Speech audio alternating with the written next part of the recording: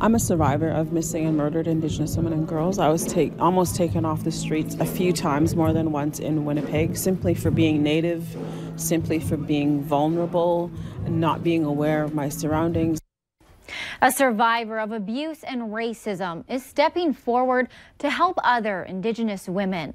At the 9th Annual Human Rights Summit in Fargo, Sheila North took to the stage to discuss missing and murdered Indigenous women. Sheila was asked to speak at this year's summit, and Valley News Team's Katie Opperly has an exclusive interview where she talks about her journey from survivor to advocate.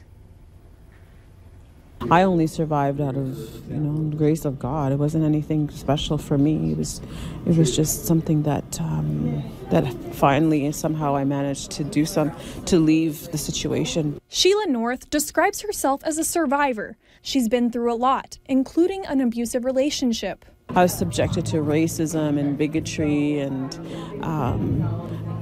just complete disregard. She shares her stories of fear and abuse as an Indigenous woman, but only to also share her triumphs. She decided she would stand up for herself as well as other women in her situation. It made me feel that when I left, that I had to help other women create awareness and avenues that they can get out and find healing and prosperity. She began down the path as a journalist, where she says she learned more about missing and murdered Indigenous women.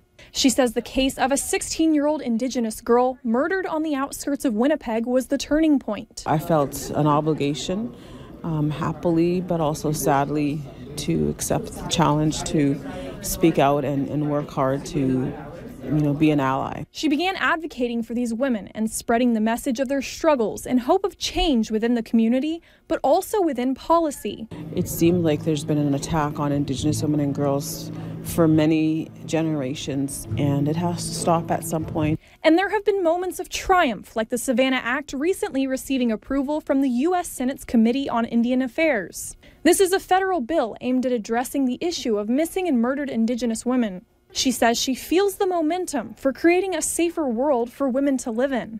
We're more than just victims, we're victors in a lot of ways, and I want to promote and encourage other women to persevere and to find things that they have always wanted to do and pursue them and not be discouraged. In Fargo, Katie Opperly, Valley News Live.